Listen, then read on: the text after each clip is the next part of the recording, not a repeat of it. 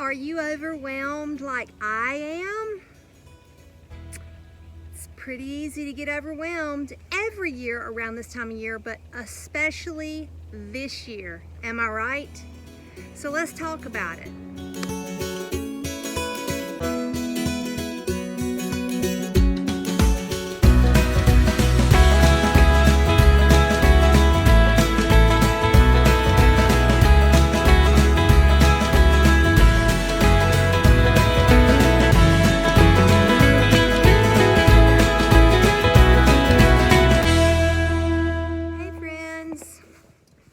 It's another beautiful day, feeling pretty spring-like, and I'm so sorry for those of you who are still covered in snow and ice.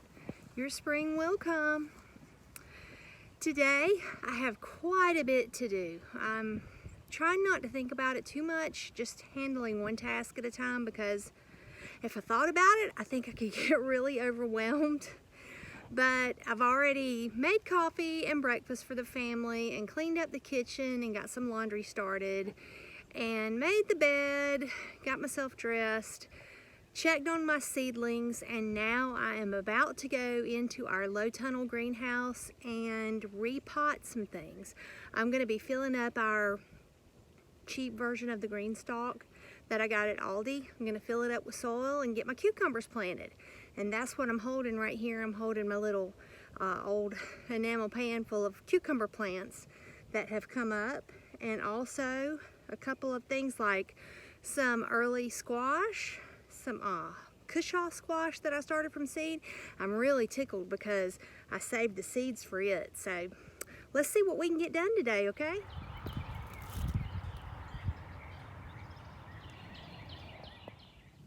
Let's say good morning to everything growing out here in the low tunnel. Out here in the greenhouse, we have a lot going on, and I always say good morning, little plants, even though I know that's so silly. I do it every day. I don't know why.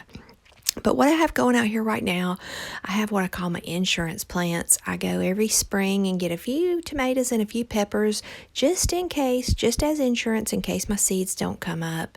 I also have things going like some herbs and some berry bushes. These beautiful artichoke plants I started last year from seed. This is a goji berry and that's a sage. So basically, this low tunnel greenhouse is a way to grow food all year. We were able to keep things going in here all winter long, and in my opinion, this was a way for us to just do the next right thing. When the tornado tore up our last greenhouse, we built this as the next right thing to do, just to have a way to grow food all year. I'm out here checking on the onions and the garlic, and they're looking good. They're growing great. They've put on a ton of growth since I set them out. But something I haven't done is mulch, and I bought a book called Carrots Love Tomatoes or something like that, and I'll put a link below for the book. But it's all about companion planting, and so I'm learning about some things that I can plant in the middle of all my onions that will benefit the onions, and the onions will benefit the other plants. So I'm going to be doing some of that, making some happy garden friends out here. Just a few things on my to-do list today. I have to cut up my seed potatoes that just came in on Saturday. I have to fill up my fake green stalk and get it planted with my little leggy cucumber plants. Get them things in the green stalk and see if we can get those going. I also have some squash that I want to get in the ground, and I learned a couple of years back to plant some squash early and just cover them if a frost comes, and they just do much better. I escape a lot of the damage from squash vine borers. So got to do that. I have several seedlings that are getting tall and they need to be repotted, put into a little bit bigger cups so that they can develop a good root system, so that when I put them in the garden, they're strong enough to withstand what they're going to be facing. I have eggs to box up and get to relatives who I supply with eggs. I have work I need to do in my chicken coop. I mean, on and on and on the list goes. And it can be very overwhelming. But when you put on top of that the pressures that are being placed upon us by things that are going on in the world today, it can become very daunting. And my message to you today is, don't let that sense of urgency cripple or paralyze you, and don't let it rob your joy, but at the same time, let it be a motivator to move you out of complacency. Right now, I've got to go get the soil to go in my little fake green stalk down here that I got at Aldi for $12 last year at the end of the season. Don't know if it's going to work. Well, I got it all done, and actually I ended up with 2 of these things. I thought I had only bought 1, but I ended up with 2 of these towers that have 6 levels on each, and I got them all filled in and planted. We'll see what happens. These 2 giant metal tubs were roadside finds for us, and we plant in them every year. Over here I have a couple of pumpkins and winter squash. Okay, next up, I put the seedlings outside to get some sunshine, and now I'm going to do some work with these shiitake mushroom plugs. We ordered these online, and this is kind of what they look like, although these are a little bit older, but you can see the little wooden plug, and they are inoculated with what it takes to grow shiitake mushrooms. We had to drill holes in hardwood logs and tap the plugs into the holes with a mallet, and then once you have the logs all filled in with the plugs, you have to go back and cover the holes where the plugs are with wax. And fortunately, we were able to use our beeswax from our bees.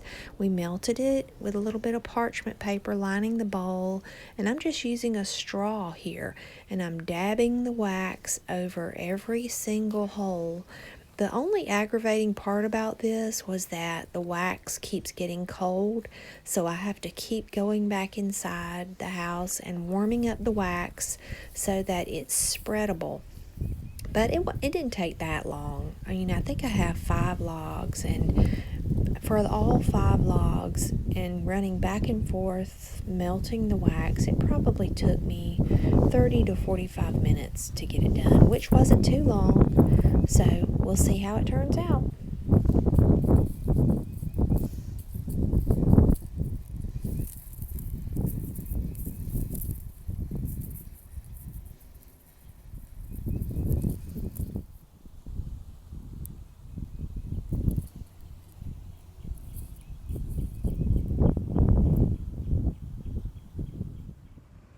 Well, it got so warm outside while I was working, I had to go change into a thin short sleeve shirt and shorts, and now I'm really comfortable.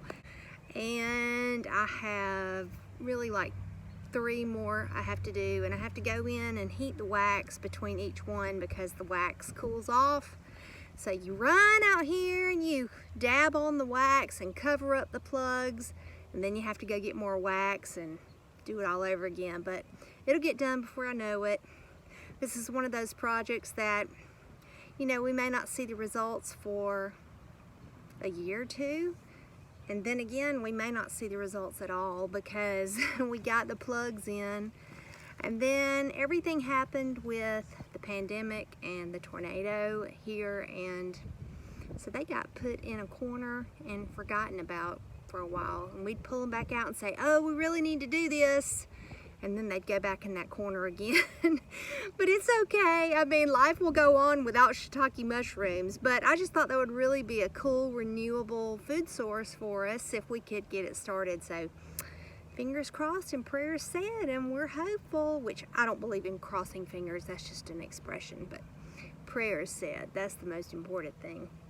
But anyway, I told you guys that I wanted to talk to you about being overwhelmed, and while I've had all of these different chores to get done today with gardening and all that, my mind has just been on those of you who have not started any of this, have not started gardening or growing any of your own food, or even if you have and you are feeling that sense of being overwhelmed, like I think most people are right now, even if it's just gas prices that are overwhelming you, and thinking about the cost of going to and from work and all different places that you go. Certainly there's enough right now to overwhelm us. But my encouragement to you, as I said before, is that you will use this sense of urgency every time you read or hear about something. Don't let it paralyze you with fear or uncertainty. Just think to yourself, you know, thanks for the reminder. I need to go do one more thing. One more thing to be a little bit more prepared. That's what you need to do. If it's go pick up a couple of more canned goods, or go pick up some seed packets, or get yourself connected to a local farmer, or just stock up your household with things that you use on a daily basis. And that doesn't mean go out and hoard. I'm not a proponent of hoarding. I am a proponent of preparedness, and I believe that when you need one, you should just buy two and stick it aside, and before you know it, you're well set.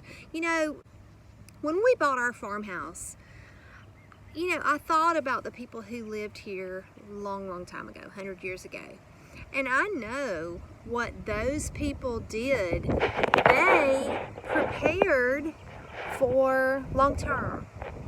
You know, they would grow all summer and they would preserve it and stock up firewood and everything else that they were going to need to get them through the winter, to get them through to the next garden season and butchering season or hunting season, whatever the case may be. And we've lost that as a society. And now people say if you have a well-stocked pantry that you're a hoarder. And I'm going to tell you something that's absolutely, utterly ridiculous. And it's not the way of our forefathers, and it's not the way of a lot of people across the world. And certainly if you have a family to feed, or a family to take care of, or elderly parents or neighbors, you're not a wise steward if you're not planning ahead.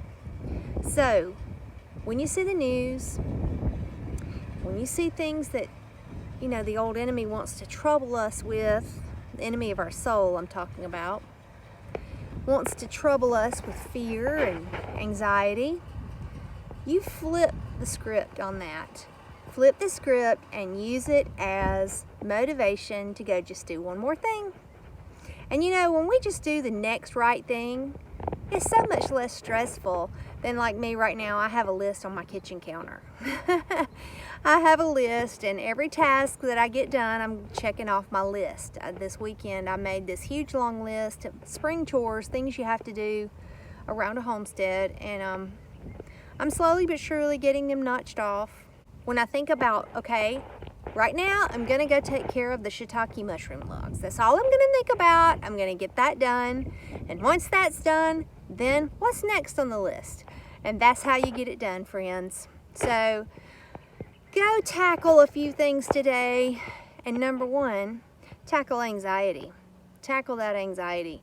Don't let that happen to you. You be confident, and you know that if you just do the next right thing, then you've done all you can do. You've done all you can do if you just do the next right thing. You know, don't sit back and think, oh, I don't have time to do anything. Do something. You can do something, right? All right, friends. Well, I hope you enjoyed seeing a few of the little jobs I had to do today, and I hope this word has been encouraging for you. And I think the next video I'm going to do is going to be my favorite all-time amazing, wonderful, never fail Southern pound cake from a church cookbook. So y'all stand by for that video, because my family loves that pound cake, and it's a never fail. So you're going to want the recipe. I'll talk to you later, friends. Until then, keep home sweet, Create beauty where you can. And may the good Lord bless and keep you till we talk again. Bye, y'all.